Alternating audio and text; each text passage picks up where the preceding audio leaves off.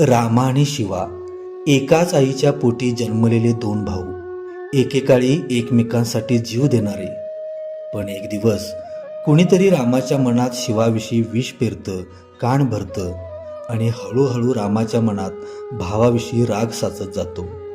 आजकाल अनेक ठिकाणी दिसणारं चित्र सक्का भाऊच सख्या भावाचा वैरी होतो आणि तसंच काहीसं रामा आणि शिवाच्या आयुष्यात घडायला लागतं. रामा रागाने म्हणतो, मला सगळ्यांची वाटणी पाहिजे, घराची, शेतीची, पैशांची, सगळ्यांचीच. घराची, शेतीची, पैशांची वाटणी करता येईल, पण आईला दिलेल्या वचनाची वाटणी कशी करायची? भावांच्या मनातल्या प्रेमाची वाटणी कशी करायची? आणि मग एका जाणत्या माणसाच्या शब्दांनी दोन भावांच्या मनातला राग विरघळतो आणि पुढं काय घडतं ऐका. दोन भावांच्या नात्याला स्पर्श करणारी हृदयस्पर्शी कथा वाटणी. लेखक किरण सुभाष चव्हाण. गुजबूर रानावर पाटचं पांढरं थोड दुकाड पडलेलं. बांधाच्या काठानं आणि माळ रानानं पसरलेल्या सोनरंगी फुलांनी शिवार लांबनं सोन्यागत पिवळं दिसत होतं. आज पावसाच्या अंगात काय दम नव्हता, उगच बुरमाट नुसता झिरझिरीत गळत होता. शेवटचा गुटखा घेतला आणि चहाची कप बशी बाजूला ठेवून शिवानं डोक्याला टापर गुंडाळली. मागल्या अंगच्या सपरीत जाऊन खुट्टीची दोरी आणि देवळीतलं खुरपं घेतलं आणि तसाच पुढे जाऊन मागल्या बेटाजवळच्या पडवीत गवात कापायला बसला. 5-6 पेंड्या कापल्या आणि मोहरं वाहून कापायला मागणं आवाज आला. काय करायला लागलायस हे? तसं शिवानं मागं वळून बघितलं. काय झालं का दादा? काय झालं? उलट मलाच विचारतोस? इथं माझ्या बाजूवर गवात कापायचं नाही म्हणजे तू काय चालवलंस म्हणायचं हे माझं तुझं? अरे वा, तू चालतोस ते चालतंय आणि आमचं चालत नाही वय? दादा, असं कोड्यात बोलू नकोस. काय आहे तुझ्या मनात ते सरळ बोल. कुणाच्या मनात काय आहे नव ते चांगलं ठाऊक आहे. येळ आल्यावर समज कळल. अरे कळायचं ते कळू दे की, आमचं काय चुकलं ते तरी सांग. हे बघ, मी सांगतोय, इथं गवात कापायचं नाही म्हणजे नाही. शिवाला रामाच्या असल्या अलीकडच्या बोलण्याचा तिटकारा चालता. त्यानं त्याच्याकडे दुर्लक्ष करीत खाली गवात कापायला बसला तसा रामाला जास्तच राग आला. त्या रागाच्या भरातच तो शिवाच्या अंगावर धावला. गवताच्या पडवीत बेटाजवळ दोघा भावाभावांची झोंबाझोंबी सुरू झाली. तवर परड्या अंगाला मंदान वतायला आलेल्या शेवंताला लांबनं ते दिसलं. तसं तिच्या हातातलं मंदान तिथल्या तिथंच गळून पडलं आणि ती आरडतच तिकडं पळाली. शेवंताचा आवाज ऐकून चुलीमुरली सुभद्रा परड्या अंगाला आली आणि तिनं बी खायल्या अंगाला बघितलं तशी ती दनाटच आरडतच तिकडं पळाली. तिनं नवऱ्यासनी मागणं कवड्यात धरून मागं वडायला लागल्या, पण दोघा गड्यासनी चांगलाच जीव चढलेला. रामा तर पालीसारखा शिवाच्या अंगाला डसलेला. दोघी बायकासनी गडी आवरण्याजोगं नव्हतं. झुंबड जोरात लागलेली, कालवा उसळलेला. तशातच सुभद्रानं बोंब ठोकली. आता कायतरी विपरीत घडणार हे तिनं जाणलं. रस्त्यावरची माणसं पळत भांडणाच्या दिशेनं यायला लागली. मागणं विठोबा पाटील छत्रीचा दांडा टेकत कसा तरी वाफ्यातनं लांब ढेंगा टाकत आला. पेंडीच्या बाजूलाच पडलेलं खुरपं रामाच्या हाताला गावलं. तसं त्या रागाच्या भरात त्यानं वरती खुरपं उगारलं. सगळ्यांच्या छातीत दडपल्यासारं झालं. मागणं कवळ्यात वडून धरलेल्या शेवंतानं तसल्या झटापटीतच हात फैलावून ढालीसारखी नवऱ्यामोरं झाली. तवर विठोबा पाटलानं लांबनच हाय टोकली. रामा, तुझं डोकं बिकं फिरलं का काय र? हाय तसाच थांब, काय तरी वाईट बंगाळ करशील बघ. गड्यांनी पळत जाऊन कसं तरी रामाच्या हातातलं खुरपं काढून घेतलं आणि त्याला आवरलं. शिवा मुरली शेवंता उभ्या अंगानं लाट कापालती. घात सरला खरं, सगळ्यांच्याच अंगावर काटा उभा राहिला होता. अरे काय चाललंय काय? दोघं बी भकलास का काय र? विठोबा पाटील म्हणाला. नाही पाटील, आज मी ह्याला सोडतच नाही जित्ता. रामा धरलेल्या गड्यासनी हिसकं देत बोलत होता. गप बस मर्दा, जित्ता सोडत नाही. माणसं मारायला लई सोपं वाटतं बरं तुला. पाठचा भाऊ बी तुला कळ ना? डोळं असून तो आंधळा झालाय, त्याला काय कळणार भाऊ बिऊ? शिवा म्हणाला. अरे चल, कुठला भाऊ? मी ओळखत नाही कुणाला. रामा, अरे काय झालंय तरी काय तुम्हा दोघांनी? अरे गावात राम लक्ष्मणागत जोडी तुमची. रामाच्या मागणं सावलीसारखं लक्ष्मणानं जावावं तसा एकमेकांनी संसार केला असा. कधी वाद नाही, भांडण तंटा नाही. मग असं अचानक काय झालं रे तुम्हाला? पाटील, हेलाच काय झाले ते बघा. गड्याचं अलीकडं वागणंच बदललं या, शिवा म्हणाला. असू दे, ते माझं मला माहीत. बास झाला आता पाटील, आज फैसलाच होऊ दे. आता वाटणी झाल्या बिगार, मी गप्प बसणार नाही. अरे होऊ दे की मग, मी कुठं भितोय त्याला, शिवा म्हणाला. मामाजी, करा तिकडे ह्यांच्या मनासारखं. उगच वैरण काढी शेता बांधाचं निमित्त व्हायचं आणि भावाभावांच्या धुमडीत कुणाचं तरी बरं वाईट व्हायचं. सुभद्रा तोंडाला पदराचा बोळा लावून पाटलासनी बोलू लागली. दोघी बी जावा जावा कावऱ्या पावऱ्या होऊन गेलेल्या, गळा काढून रडत होत्या. बरं, आता चला माघारी घराकडं. इथं वाडचार नको, आम्ही रात्री येतो, मग बघू सगळं बयाजवार. पण या वेळेला चला घरात. विठोबा पाटलांनी दोघांची समजूत काढली. सगळ्यांनी मिळून कसं तरी त्यासनी एकदाच घरात घातलं. खरंच होतं, गावात राम लक्ष्मणासारखी रामा आणि शिवा या भावाभावांची जोड होती. एकाच्या पायाला ठेच लागावी आणि त्याची कळ दुसऱ्याच्या काळजापतूर जावावी, अशी दोघांची एकमेकांच्यावर माया होती. एकमेकांच्या विचारानं घर चालायचं. रामा थोरला, घरातला वडील माणूस म्हणून त्याच्या शब्दाच्या मोहर कुणाचा शब्द नाही. आणि शिवाचं एवार ज्ञान चांगलं म्हणून घरचा बाहेरचा पैशाचा कारभार सगळा शिवाकडेच होता. पण कुठला बी निर्णय तो दादाला विचारल्या बिगार घेत नव्हता. समध्याने मिळून राबायचं, मिळवायचं आणि खायचं. रामानं वैरण काढीचं बघायचं तर शिवानं शेणा घाणीचं. रामानं म्हसराचं दूध काढायचं आणि शिवानं ते डेअरीला घालायचं. रामा कधी 2-4 वस्ती लेकीकडं अथवा कसल्या कामानिमित्त बाहेरगावी गेला की शिवा इकडं एकटा सगळं कारभार सांभाळायचा. शेतातलं औत शिवाला जमायचं नाही म्हणून दर वेळेला रामाच औत मारायचा. आणि औत सुटल्यावर शिवा बैलासनी नदीवरनं पाणी पाजून त्यासनी धुवून बिवून आणायचा. साधं शेतात कापल्याला वैरणीचा भारा डुईवर वावताना माझ्यावर घेतो, नगो माझ्यावर घेतो, असं एकमेकांचं व्हायचं. सुभद्रा आणि शेवंता जशा सख्या बहिणी सख्या जावा असल्यागत एकमेकीशनी समजून उमजून घेऊन राहत होत्या. म्हातारीनं जीव सोडताना दोघा लेकाशनी जवळ घेऊन सांगितलेलं, लेकानू, आता पतोर जसं रामा लक्ष्मणासारखं राहिला असा तसं इथून पुढं बी राहावा. कधी एकमेकांची ताटातूट होऊ देऊ नकसा. एकमेकाला विश्वासात घेऊन संसार करा. सुखात समाधानानं राहावा बाबांनो. आणि या वचनाला शेवटी म्हातारीनं दोघांनी बी बांधील करून घेतलं. म्हातारी मरून आता 5 वर्ष झालेली. जसं पहिलं चालू होतं तसं आत्तापतूर चालत आलेलं. पण कुणास ठाऊक रामाचा या 8-10 महिन्यापासनं नूरच बदललेला. हर घडी रामा शिवासंग फटकून वागायचा. कधीमधी बोलायचाच बंद व्हायचा. दादाच्या मनात नेमकं काय चाललंय हे शिवाला काय केलं समजत नव्हतं. सुभद्राला बी आपल्या नवऱ्याचं हे असलं वागणं समजून येणं झालतं. शिवानं शेवटी या दादाच्या वागण्याला कंटाळून एक म्हस तेवढी घेऊन सवतीचून मांडून खाऊ लागला. दादा आज ना उद्या बदलल या आशेवर शिवा राहू लागला. सोप्याच्या खुट्टीला छत्री अडकली आणि पाटील माच्यावर बसलं. मगाचा प्रसंग अजून त्यांच्या नजरेसमोर खेळत होता. रामानं वर उगारलेलं खुरपं, शिवा मोहरं आडवी झालेली त्याची बायको, जरासा येळ इकडं तिकडं झाला असता तर घात झाला असता. या विचारांच्या तंद्रीत विठोबा पाटलाच्या अंगावर अजून बी सरभरीत काटा मारित होता. आतनं भिवा पाण्याचा तांब्या घेऊन आला. आप्पा, आप्पा, तशी पाटलांची तंद्री भंग पावली. काय झालं आप्पा? कसला विचार करताय? पाण्याचा तांब्या वडिलांच्या हातात देत भिवा बोलला. नाही, कसला नाही. भिवा, एक काम कर. काय आप्पा, बोला की.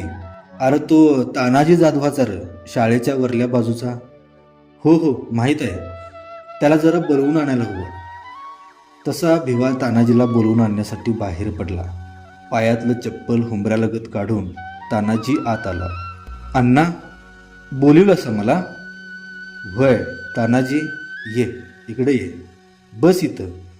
काय झालं अण्णा? अरे आणि काय दुसरं, तुझ्या भावकीतला रामा आणि शिवा, काय त्यांचा वाद रे ह्यो, जीव घेण्याजोगता. तानाजी, येळेवर आम्ही पोचलो म्हणून बरं, नाहीतर आज एकांद्र्याचा मुडदाच पडला असता. अव अण्णा, तेच तर कळायला मार्ग नाही. जेव्हापासनं रामाच्या धाकट्या पुरीचं लगीन झालंय तेव्हापासनं ही त्यांच्यात धुसफूस सुरू आहे बघा. अरे राम आणि शिवा म्हणजे जीवाला जीव देणारं भाव नव्हरं. अरे गावात आम्ही सारखं नाव काढतोय त्यांचं. मग आत्ताच काय झालं त्यासनी? का त्यांच्या बायकातनी काय बिनसले म्हणायचं? अण्णा तसलं काय बी नाही. ते लगीन झाल्या धरणच रामाचं डोकं बिघाडलं या. त्या शिवावर सदान कदा डापरत असतो या बघा. तानाजी रामाला 3 पोरी नव्हरं? होय, 3 पोरी आणि 1 पोरग आणि शिवाला 2 पोरं. दोघांची बी पोरं आता जाणती झाल्यात. अरे मग रामाच्या 3 बी पोरींची लग्न दोघांनी मिळून केली. मग या धाकट्या पोरीच्या लग्नानंतरच या रामाला असं अचानक काय झालं? तेच तर पाटील, तवा धरणच त्यांच्यात धुमसाले आणि आज तर त्याचा भडका बी तुम्ही बघितला असा. अरे भडका कसला, येळ बरी म्हणायची, नाहीतर रामानं आज जीवच घेतला असता शिवाचा. पाटील, रामा असं वागल असं अजून बी खरं वाटत नाही बघा. नाही तानाजी, नक्कीच या रामाच्या मनात कुणीतरी एक पेरलंय. जीवाला जीव देणारं भाऊ आज एकमेकांचं वैरी झालं आणि आता जीव घ्यायला बी निघालं. कुणीतरी वैऱ्यानंच आपला डाव साधलाय. आपलं वैर त्या दोघांमध्ये पेरून रिकामा झालाय. हे मात्र विठोबा पाटलांनी या वेळेला जाणलं. भरल्या दुधाच्या भांड्यात मिठाचा खडा पडला तो त्या दिवशी. दिवसभर शेतातली कामं आटपली आणि शिवाला सांगून रामा सांज वक्ताच नवीन म्हस आणायचे म्हणून बाहेर पडला. वस्तीला मधल्या लेकीकडं थांबायचं आणि तिथनं लवकर उठून मोरल्या वाटेला लागायचं असा त्याचा बेत होता.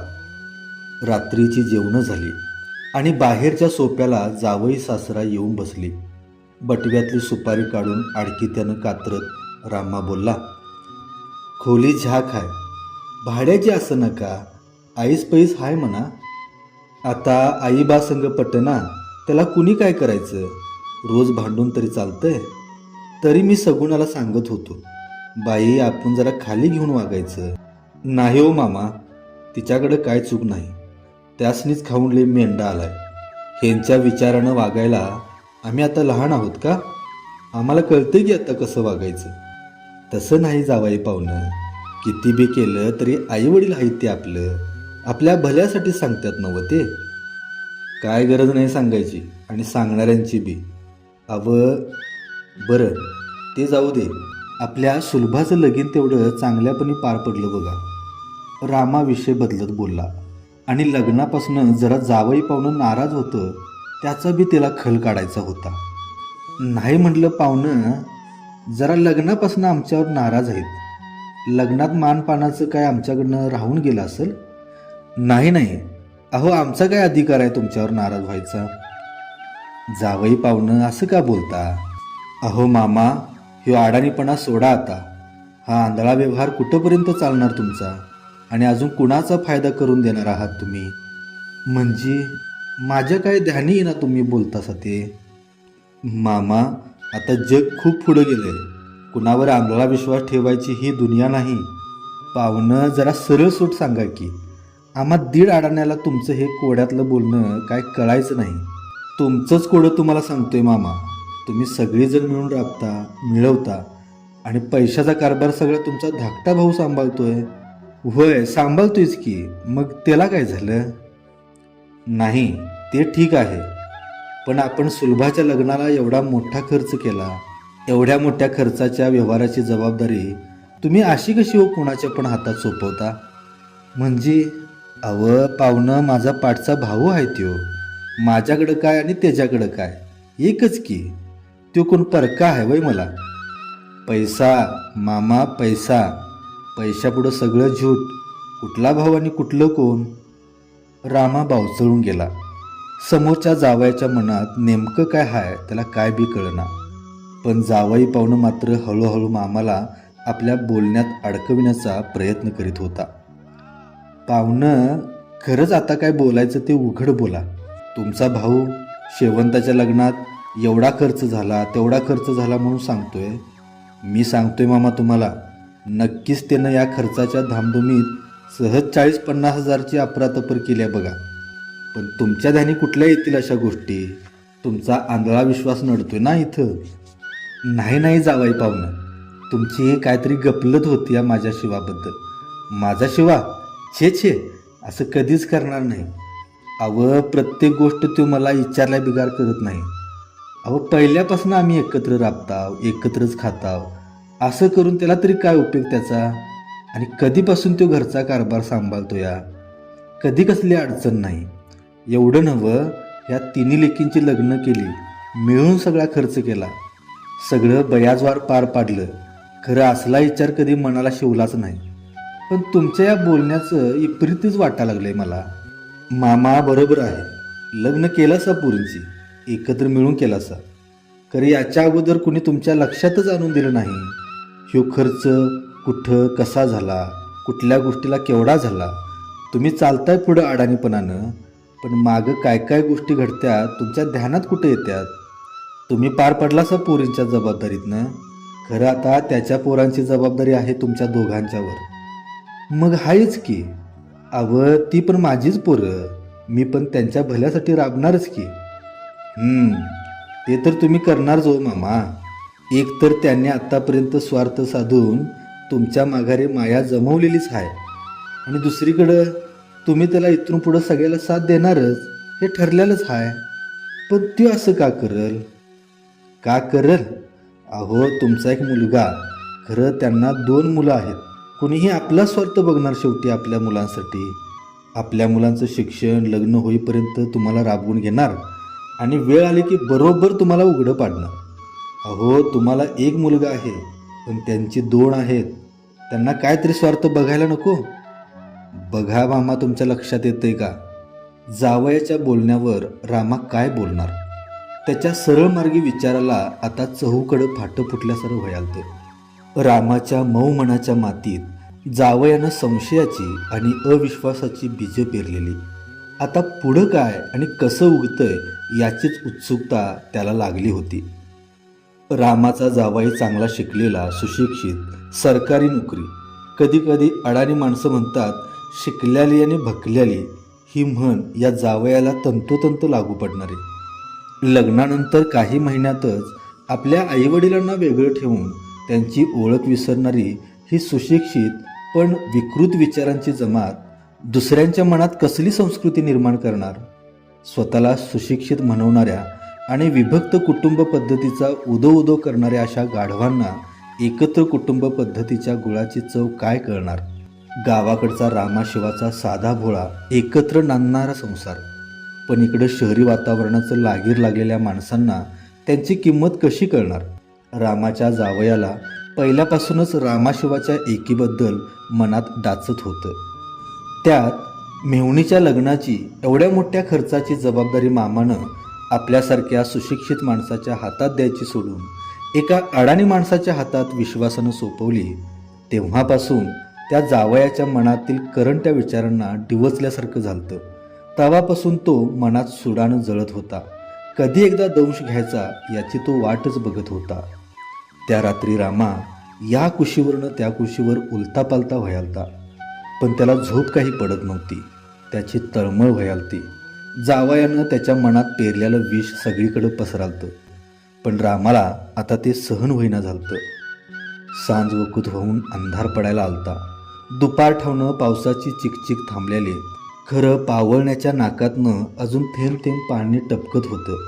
शिवा आड भीतीला टेकून पातळांच्या लांब धड्या हातावर पिरगटून दोरी विणालता. दारात रामाचं पाय वाजलं. खरं शिवानं वर मान करून त्याच्याकडे बघितलं नाही. पण रामाच्या मागून विठोबा पाटील आत आले. त्यांच्या मागून आणि 10-12 जाणती माणसं होती. काय करायलाय शिवा? तसं शिवानं वर बघितलं. विठवांना या या की आत. लगबगीनं शिवा उठला. कणगीच्या कोपऱ्यात गुंडाळी केलेली चटई घेतली आणि लागलीच भुईला हातरली. या अण्णा, बसा बसा बसा बसा सगळीजण मंडळी. काय शिवा, काय चालू होतं तुझं? ते होय, कुठलं काय, जुनी फाटकी जुन्यार होती की हो, ठेवून तरी काय करायची? त्याच्या धडपा काढून दोरी नालतो. बसा हां, चहाला सांगतो. तसं रामानं मुद्दामच मोठ्यानं सांगितलं. चहाला ठेवलीस ना व? होय ठेवलंय आम्ही. आतनं आवाज आला. शिवाला जरा अवघडल्यासारखं झालं, पण पाटलांच्या नजरेतनं ते काही सुटलं नाही. शिवा, असू दे गे, तुझा काय आणि त्याचा काय, सगळे एकच.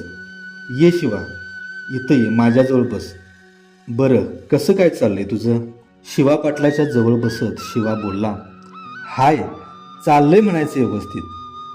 पोरं काय म्हणतात, आहेत ना हुशार? आहेत आहेत. एक हाय 12वीला आणि एक हाय यंदा 10वीला. आहेत शाळेत हुशार. तवर रामा आतून चहा घेऊन आला. पहिला कप पाटलांच्या हातात दिला, पण पाटलांनी तो कप तसाच शिवा मोहर केला. घे शिवा, चहा घे. तसा शिवा लाजला. नग नग, अव तुम्ही घ्या, तुम्ही यायच्या अगोदर घेऊनच बसलेलो मी. अरे घे रे, मी माझ्या हातून देतोय ना, मग घे, लाजू नकोस. शिवाची सगळी पंचायतच झाली. एकतर दादानं आणलेला चहा, पहिला कप पाटलांच्या हातात आणि पाटलाने आपल्या हातातला कप आपल्यासमोर केलेला. बरं, त्यांची इच्छा तरी कशी मोडायची?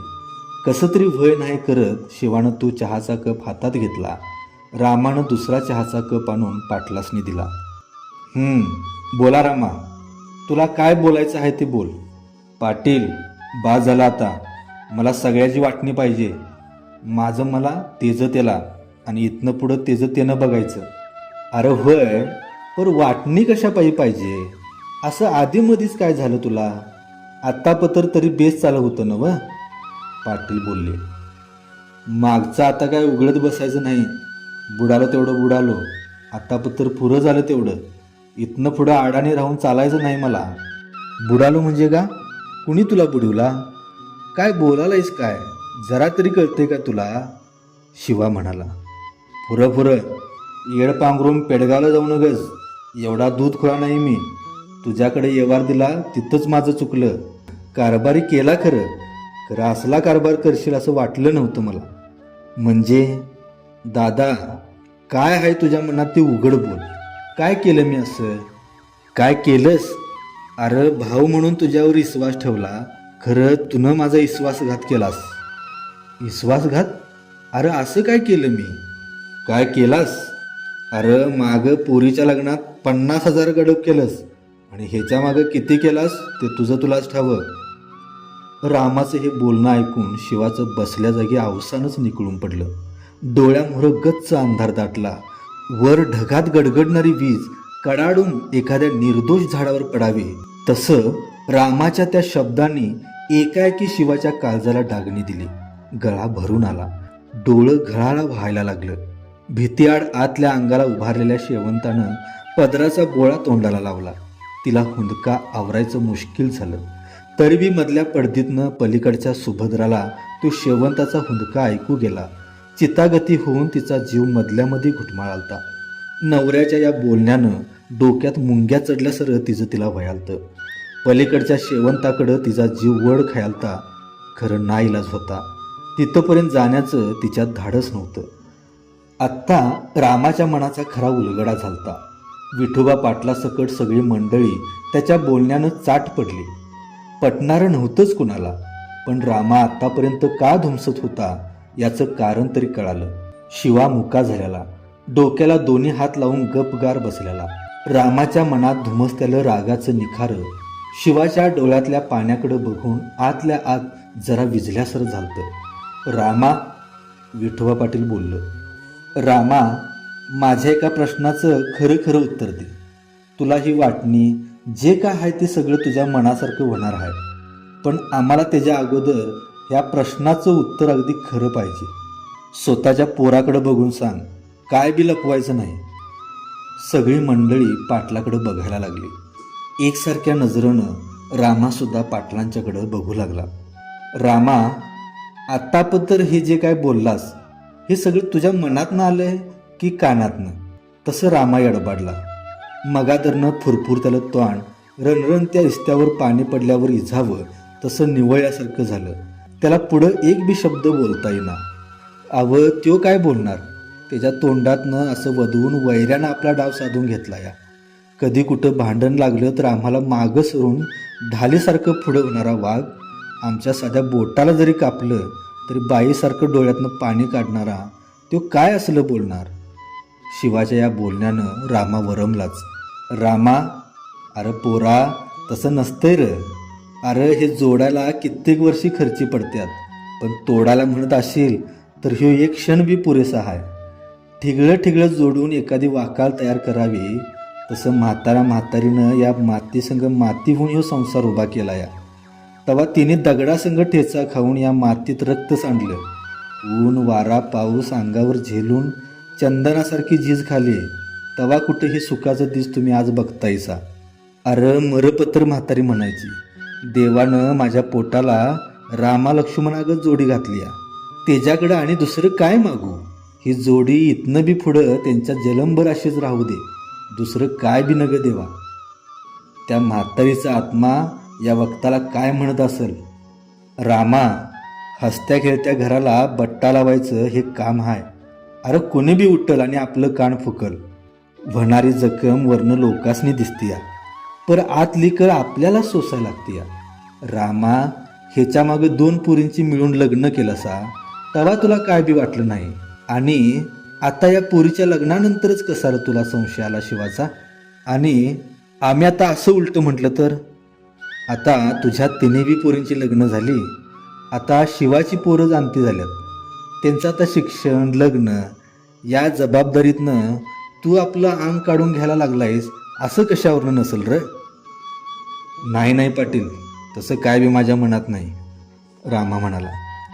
अरे दादा, असा चोरीचा आळ घेण्यापरीस सकाळीच त्या खुरप्यानं माझी खांडोळी केला असतास तर हे असलं ऐकायची बी पाळी मला आली नसती. तुला वाटतं ना मी चोरी केली. पाटील, करा वाटणी सगळ्याची, आणि काय येईल ते माझ्या वाटणीचं द्या त्याला सगळं, करा तिची नुकसान भरपाई. अवं पाटील, तुमच्यासारख्याच्यात मोलमजुरी करून दिवस काढतो, पण असला डाग कपाळावर घेऊन जगायचं नाही मला. अरे स्वतःच्या पोरी म्हणतोस त्या माझ्या कोण र. आज काळजाला हात घातलास दादा, जीव घेतला असतास तरी बी काय वाटलं नसतं, पण ह्या काळजाच्या तुकड्यांची बी आज तू वाटणी केलीस. शिवाचं ते बोलणं ऐकून रामा उभ्या अंगानं शहारला. दुरावलेल्या हृदयाला बऱ्याच दिवसांनी आज त्या शिवाच्या शब्दांनी हात घातला. मातीच्या ढेकळागत त्याचं मन इरघालं. तडक रामानं शिवाच्या दिशेनं मुसंडी मारली. पाटील, मी चुकलो. गळ्यातल्या हुंदक्याबरोबर शब्द बाहेर पडलं आणि शिवाला झापड घालून रामानं त्याला आपल्या मिठीत घेतलं. शिवा, चुकलो रे, अरे चुकलो मी वाद्या. दोघांचं बी हुर्द भरून आलं. सगळी मंडळी गलबलून गेली. विठोबा पाटलाला गळक्या डोळ्यांची सूद राहिली नाही. सुभद्रानं परड्या अंगानं जाऊन शेवंताला जवळ घेतलं. स्वतःच्या पदरानं तिचं डोळं पुसत तिला छातीशी गच्च धरलं. जावा जावा एकमेकींच्या मिठीत आसवं गाळू लागल्या. सुभद्रा तिच्या डोक्यावरनं हात फिरवत शेवटी तिला गप करायला लागली. पाटील, मी चुकलो. मी या कानानं बाटलो. पोरागत सांभाळलेल्या माझ्या शिवावर आज वैर्यागत हात उचलला, चोरीचा आळ घेतला. मी वैरी आहे पाटील, मी पापी आहे, मी नरकात जाईन पाटील, मी नरकात जाईन. रामा हमसून रडा लागला आणि त्याच्या मिठीत शिवा. असू दे रामा, असू दे. आता शेवटी तुला चूक कळली नवं. आता उगा वाईट वाटून घेऊ नगस. अरे पाण्यावर काठी मारून कधी पाणी वेगळं करता येत नाही. जमीन जुमल्याची, घरादाराची, गुराढोरांची वाटणी करणं लई सोपं असतं या, पर ताटातूट होऊ नये म्हणून आईला दिलेल्या वचनाची कशी वाटणी करायची.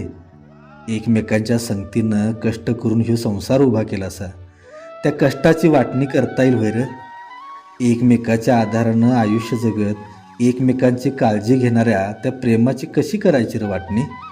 आणि स्वतःच्याच काळजाच्या तुकड्याची, जीवाला जीव देणाऱ्या जीवाभावासारख्या राम लक्ष्मणाची सांग कशी करता येईल र वाटणी.